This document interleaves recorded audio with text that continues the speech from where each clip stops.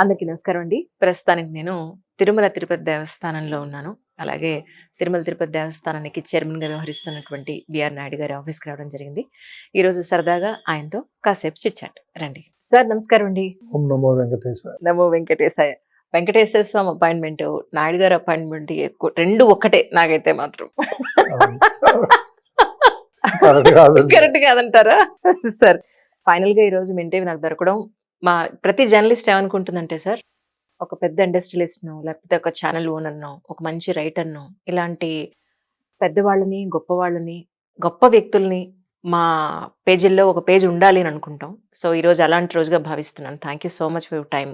ముందుగానే చెప్పేస్తున్నాను. Right. Sir, Tirumala Tirupati దేవస్థానానికి మీరు చైర్మన్‌గా వచ్చి ఆల్మోస్ట్ 1 ఇయర్ కంప్లీట్ అయింది. మీరు రావడానికి ముందు, వచ్చిన తర్వాత తీసుకున్న అంటే కొత్తగా వచ్చిన మార్పులంటే ఏం చెప్తారు? చాలా మార్పులు వచ్చినాయండి. 1 కాదు, 2 కాదు. సరే. ప్రతిదీ ప్రక్షాళన చేసాం. ఉమ్. ఎగ్జిస్టింగ్ ఉన్నటువంటి ఏదైతే ఉందో సిస్టమ్స్ అన్ని కూడా ఉమ్. స్ట్రీమ్లైన్ చేసాం. ఉమ్. ప్రతిదీ 1 కాదు, 2 కాదు. అన్నప్రసాదం అప్పటికి ఇప్పుడే నక్కకు నాగలు తేడా ఉంటుంది.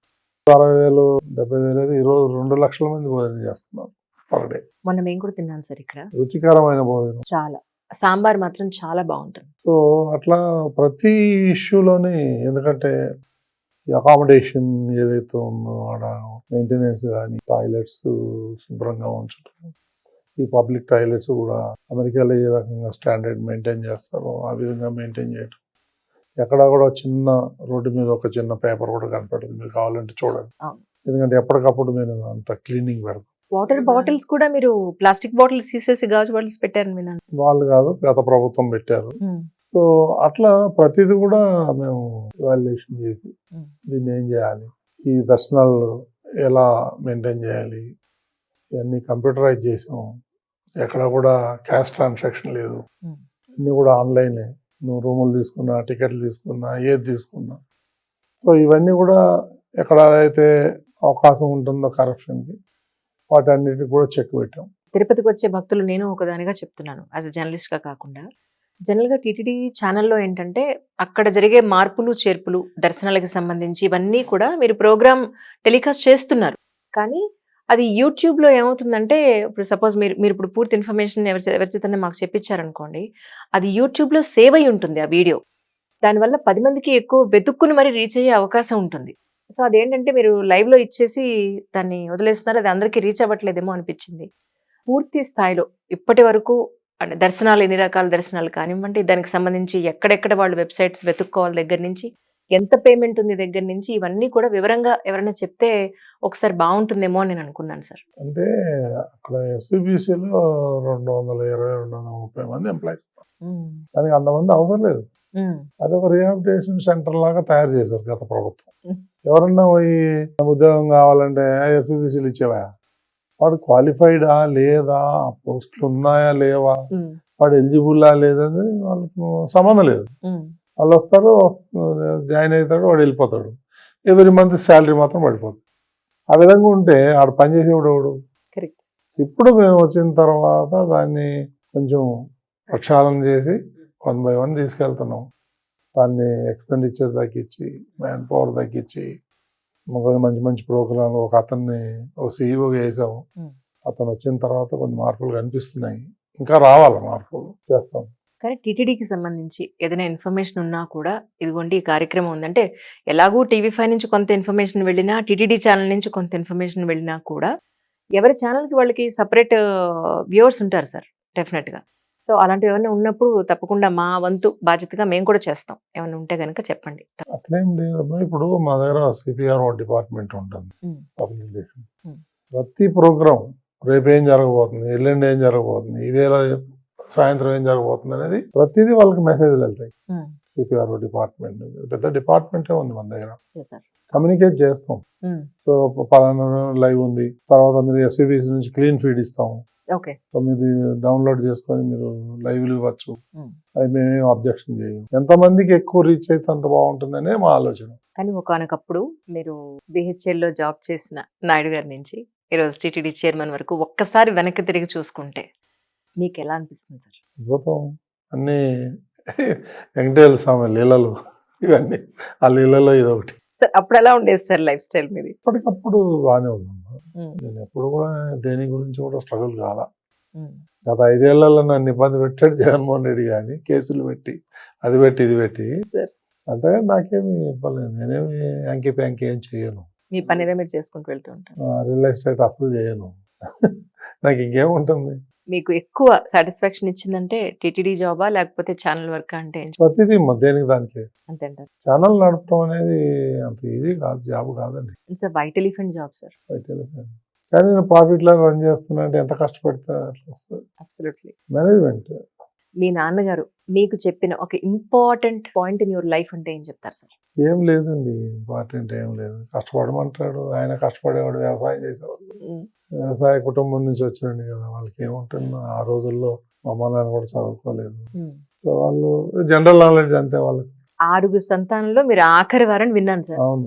ఆ చిన్న వాళ్ళకి మాత్రం చాలా తెలివితేటలు ఉంటాయని విన్నాను. ఏం లేదండి, కష్టం అమ్మా, కష్టపడాలా.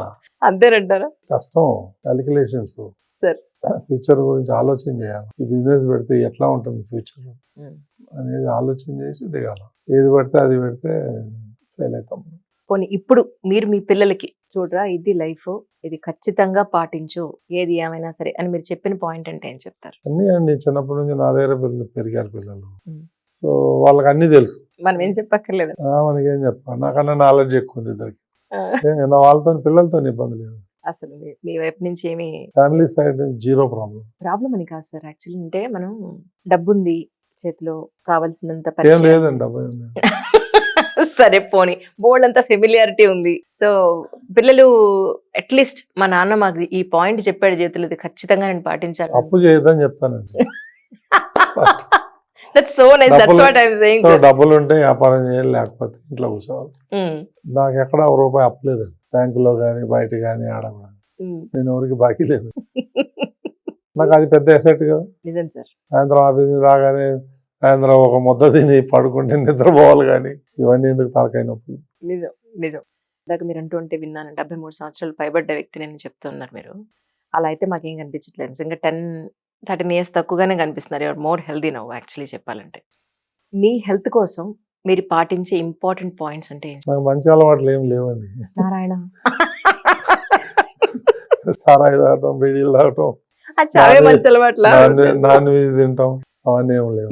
స్టార్టింగ్ నుంచి నాన్ వెజ్ తినేవారు కాదు సార్? ఎన్నో 20 ఏళ్ళు అయింది మానేసి.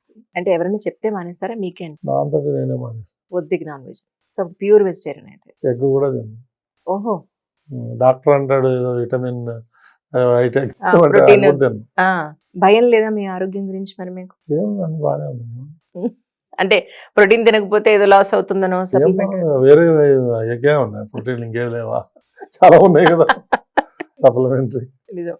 కానీ మీ ఈ 70 ఏళ్ల జీవితంలో మీరు నేర్చుకున్నది ఏంటంటే ఏం చెప్తారు సార్? చాలా నేర్చుకున్నాను. జీవితం చదివేశానండి, కష్టాలు పడ్డాము.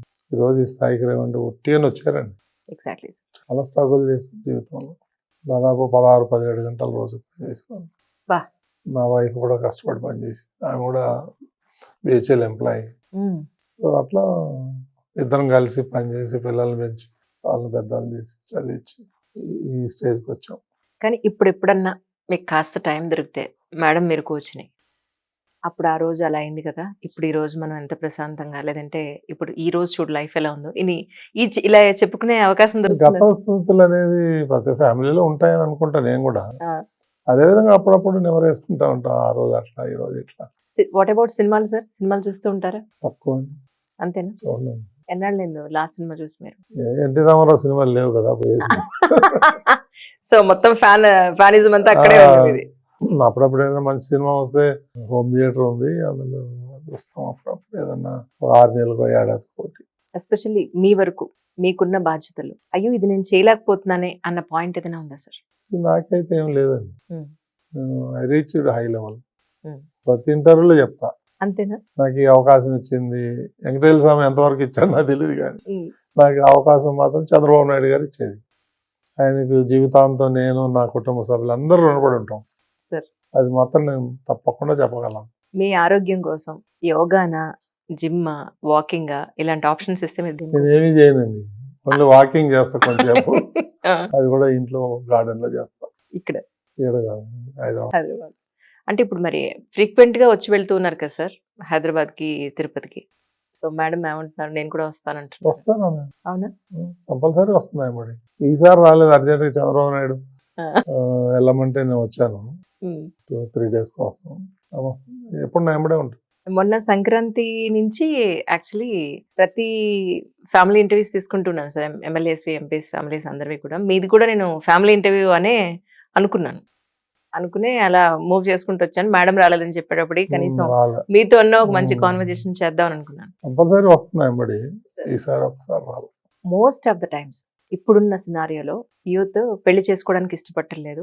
పెళ్లి చేసుకున్నా దాన్ని నిలబెట్టుకోలేకపోతున్నారు. మీది ఇన్నేళ్ల వైవాహిక జీవితాన్ని మీ బిజినెస్ లో మీ జాబ్ చేసినప్పుడు ఇప్పుడు టీటీడీ చైర్మన్ గా ఉన్నప్పుడు అభిప్రాయ భేదాలు వచ్చిండొచ్చు, లేదా కొంత మీ ఇద్దరి మధ్య గ్యాప్ వచ్చిండొచ్చు, అపార్థాలు వచ్చిండొచ్చు. ఎలా దాన్ని ఇన్నేళ్లుగా నిలబెట్టుకోగలిగారంటే ఏం చెప్తారు సార్?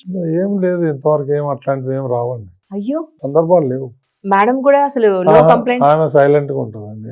నేనేం చెప్తా మీరు కూడా మీ గురించి కూడా కంప్లైంట్స్ లేవు. So nice. అసలు ఫస్ట్ టైం వింటున్నాను సార్ ఏవి లేవని. ఏం లేదు, జీరో. ఎలా సాధ్యపడుతుంది అలాగే అసలు? అండర్స్టాండింగ్ అంతే. బేసిక్ గా ఇంత ముక్కుసూటిగా ఉంటారు కదా మీరు ఛానల్లో కానీ ఇక్కడ కానీ, మీకు ఇబ్బంది అవ్వట్లేదండి? చెప్పండి ఏమైంది, నన్ను ఏం చేస్తారు ఎవరేమన్నా? నేను తప్పు చేస్తే భయపడాలా? నేను తప్పు చేయను, తెలిసి తెలియక కూడా తప్పు చేయను. ప్రతిదీ చేసే ముందు ఆలోచన చేస్తాను. నాకు రైట్ అని పెట్టి చేస్తాను, లేకపోతే చేయను. రిమోట్గా చెప్తాను నేను చేయను. అటువంటి అప్పుడు ఏముంటుంది నాకు? మీరు అన్నట్టు 1 year పైన అయింది. మాకు 25 మంది బోర్డు సభ్యులు ఉన్నారు. ఎంత కోఆపరేటివ్ అంటే నాకన్నా పెద్ద పెద్ద వాళ్ళు ఉన్నారు. అన్ని రకాలుగా పెద్ద పెద్ద బిజినెస్ మ్యాన్స్ ఉన్నారు. కానీ మా చైర్మన్ ఏం చెప్తే అది కరెక్ట్ అంటారు. ఎందుకంటారు ఇట్లా? వాళ్ళు స్టడీ చేశారండి. ఊరికే అంత పెద్దవాళ్ళు గుడ్డిగా నా ఎముడు ఓకే అంటారు కదండి. అబ్జర్వ్ చేశారు 6-7 నెలలు నా నిర్ణయాలు ఎట్లా ఉంటాయి, నా బిహేవియర్ ఎట్లా ఉంటుంది అనేది వాళ్ళు బాగా స్టడీ చేసి చైర్మన్ ఓకే అంటే okay, chairman not okay not okay, అట్లా ఉంటుంది. బోర్డు కూడా బయట బోర్డు పెట్టారు, నో బొకేస్. ఏంటండి ఆ సంస్కృతి మనది కాదు కదమ్మా. సంస్కృతి మన ఓ రూమ్ నిండా ఉంటాయి, ఏం చేసుకోండి బాబా అన్ని, ఎందుకు ఊరిగా వేస్ట్. అట్లని వద్దన్నాను కానీ తలకాయ నొప్పి ఇవన్నీ. కానీ సార్ మీకు కూడా కోపం వస్తూ ఉంటుందా? బేసిక్ గా చాలా కూల్ గా. అవునా? అమ్మో, ఎలాంటి సందర్భాల్లో కోపం వస్తుంది? చెప్పిన పని చేయకపోతే కోపం రాదా? ఇందాక చెప్పారు ఫస్ట్ మీరు వచ్చినప్పుడు పలకరించినప్పుడు ఆయన ఏదో ఆలోచనలో ఉన్నారు, బిజీగా ఉన్నారు. అసలు నవ్వుతారా అనిపించింది సార్ నాకు నిజంగా. ఏం లేదు, నాకు ఎందుకు సాడ్ గా ఉన్నానంటే ఒక ఆనెస్ట్ ఆఫీసర్ ఈరోజు ట్రాన్స్ఫర్ అయ్యాడు ఈవోగా. బాధేసింది నాకు. చాలా మంచి వ్యక్తి. నేను 4.5 నెలల నుంచి ఆయనతో జర్నీ చేసి క్లోజ్ గా చూశాను నేను. చాలా మంచి ఆనెస్ట్ వ్యక్తి, దైవభక్తుడు, ఇలాంటి తప్పు చేయని వ్యక్తి. ఇవాళ ట్రాన్స్ఫర్ అయ్యాడే, ఇక రాబోయే ఈవోతో నేను ఎలా ఉండాలి, సింకనైజ్ అవుతుందా లేదా, నేను కలిసి పని చేస్తానా లేదా అనే కొంచెం బాధలో ఉన్నాను అంతే. కానీ ఇన్నాళ్లలో భగవంతుడు ఉన్నాడు, లేకపోతే కష్టం నుంచి నేను ఖచ్చితంగా బయటపడేవాడిని కాదు అని అనుకున్న ఒక్క సందర్భం? అన్ని సందర్భాల్లో భగవంతుడు ఉన్నాడండి. 1-2 సందర్భాలు ఏముంది, ఏముంటుంది? మనం తప్పు చేస్తే అయ్యో తప్పు చేసాము, ఇందులో నుంచి బయటపడాలనేది ఉంటుంది. తప్పే చేయనప్పుడు భగవంతుడు ఏం చేస్తాడు? నాకు ఎందుకు అడుగుతాయని? అంతేనా? మీరు చాలా స్టెప్ అని ఉన్నారండి. తప్పు చేయను, తప్పు చేయటం ఎందుకు, ఆయన అడుక్కోవటం ఎందుకు? ఉండేది ఏదో స్ట్రైట్ ఫార్వర్డ్ గా, అంతే, ట్రాన్స్పరెంట్ గా, నిజాయితీ ఉంటే చాలు. అదే నా విల్ పవర్. ఎవరినన్నా చెప్పను బిఆర్ నాయుడు ఈ తప్పు చేశాడు అని ఒక్కరిని చెప్పానండి హైదరాబాద్ లో. ఎందుకంటే నా జోలికి ఎవరు జనరల్ గా రారు. మీరంటే భయపడి చెప్పరేమో సార్. భయపడేం లేదండి, నేనంతా క్రిమినల్ కాదు కదా. నా నిర్ణయాలు అట్లుంటాయి, నేను ఎవరి జోలికి పోను, నా పని ఏదో నేను చూసుకుంటా ఉంటాను. ఎవరైనా నా జోలికి వస్తే మాత్రం ఊరుకోను. యాక్షన్ రియాక్షన్ సివియర్ గా ఉంటుంది. బొట్టు ఎంత కాలం నుంచి పెడుతున్నారు సార్? ఈ చైర్మన్ అయినప్పటి నుంచి ఈ పంచాయి ఇవన్నీ. పొడుగు బొట్టు ఎస్పెషల్లీ మీరే పెట్టుకున్నారు సార్? వచ్చిందా పెట్టుకోవడం? ఎప్పుడైనా మీకు వంట చేసే అవకాశం దొరికిందా? లేదమ్మా. అవునండి, అసలు కిచెన్ లోకి వెళ్ళే అవకాశం లేదు. వెజిటబుల్స్ కొన్నారా పని ఎప్పుడన్నా? అప్పుడు చిన్నప్పుడు కొనేవాళ్ళం అంతే. తర్వాత మళ్ళీ మీకు అసలు కొత్తగా పెళ్ళి అయినప్పుడు చిన్న పిల్లలు ఉన్నప్పుడు. అప్పుడు బిహెచ్ఎల్లో ఉండేవాళ్ళం. Hmm. బుధవారం శుక్రవారం సంత జరుగుతుంది, అవును. అవి తెచ్చేవాళ్ళు కూరగాయలు. కానీ మీ ఉన్నతిని, మీ అభివృద్ధిని మీ పేరెంట్స్ చూసారా అండి? మా అమ్మ చూసింది ఎక్కువ, మా నాన్న కొంచెం ఎర్లీగా చనిపోయారు. కానీ బిహెచ్ఎల్ ఏంటంటే 15 ఏళ్ళ తర్వాత చనిపోయారు. శభాష్. మా నాయుడు గారు సూపర్ అన్నారా మీ అమ్మగారు? ఏమన్నారు? ఆయన ఏం మాట్లాడరండి, ఆ, నేనేం చేసేది రైట్ అంట. అరే మా బ్రదర్స్ కానీ, మా సిస్టర్స్ కానీ, మా ఫ్యామిలీ మొత్తం, ఇప్పుడున్న మా సన్స్ కానీ, గ్రాండ్ చిల్డ్రన్ కానీ, మా కోడళ్ళు కానీ, మా వైఫ్ కానీ ఏమి ఎదురు చెప్పరు. మా వియంకుళ్ళు కూడా ఆ. ఆయన ఏం చెప్పేది రైట్. అది జీరో ప్రాబ్లం నాకు ఫ్యామిలీ నుంచి. ఇంతే కూల్ గా ఉంటారా సార్ ఇంట్లో కూడా? అసలు ఎందుకమ్మా టెన్షన్ ఎందుకు? చాలా కామ్ గా, అసలు ఎక్కడ వాయిస్ లో ఎక్కడ ఎమోషన్ ఉండదు మీకు. ఎందుకు ఉండాలా? సో మీ ఆరోగ్యానికి అదే ముఖ్య కారణం అనుకుంటున్నాను నేనైతే. ఏదైనా కావచ్చు. బట్ ఏదైనా యాక్చువల్లీ చాలా లేట్ అయిపోయింది సార్. మీటింగ్స్ చాలా మంది వచ్చి వెళ్ళేవాళ్ళు, సెండ్ ఆఫ్ ఇవ్వాల్సిన సిచ్యువేషన్స్ లో ఇంత రాత్రి అయినా కూడా నాకు అవకాశం ఇచ్చారు. మిమ్మల్ని ఇబ్బంది పెడితే క్షమించాలి. But I'm really so happy to talking to you sir, to meet you today. Really ఇబ్బంది ఏం లేదమ్మా సార్. ఇది మై డ్యూటీ. మీరు వచ్చి అంత దూరం నుంచి వచ్చి అడిగినప్పుడు ఇవ్వాలి. నిజంగా మహేంద్ర గారు ఏమో పొలిటికల్ గా అడిగేశారు. సో అందుకని నేను ఏమి అడగడానికి లేదు. నేను ఫ్యామిలీ ఇంటర్వ్యూ గురించి సరదాగా కాసేపు, ఎందుకంటే పొద్దున్న లేస్తే ఈ మీడియా ముందు మాట్లాడాల్సినవే, ఇంటికి వెళ్ళిన తర్వాత ఇంట్లో బాధ్యతలు ఉంటాయి. ఇంకెప్పుడు వీళ్ళు ప్రశాంతంగా కాసేపు మాట్లాడడానికి ఉంటుందంటే ఇగో ఇలాంటి ఇంటర్వ్యూలో కాసేపు మళ్ళీ నెంబర్ వేసుకోవడం అనేది. ఇంటికాడ బాధ్యతలు ఏమి లేవండి, అంతేనా సార్? అంతా వాళ్ళు చూసుకుంటారు. సో అక్కడ నా ఇంటర్వ్యూలో కూడా కూల్ లైఫ్ మీకు, అంతే, ఇబ్బంది ఏం లేదు. ఏం లేదు, అట్లా సెట్ చేసుకున్నాను family. Yes sir, yes sir. Thank you so much sir. Really thank you so much sir. Once again నమస్కారం.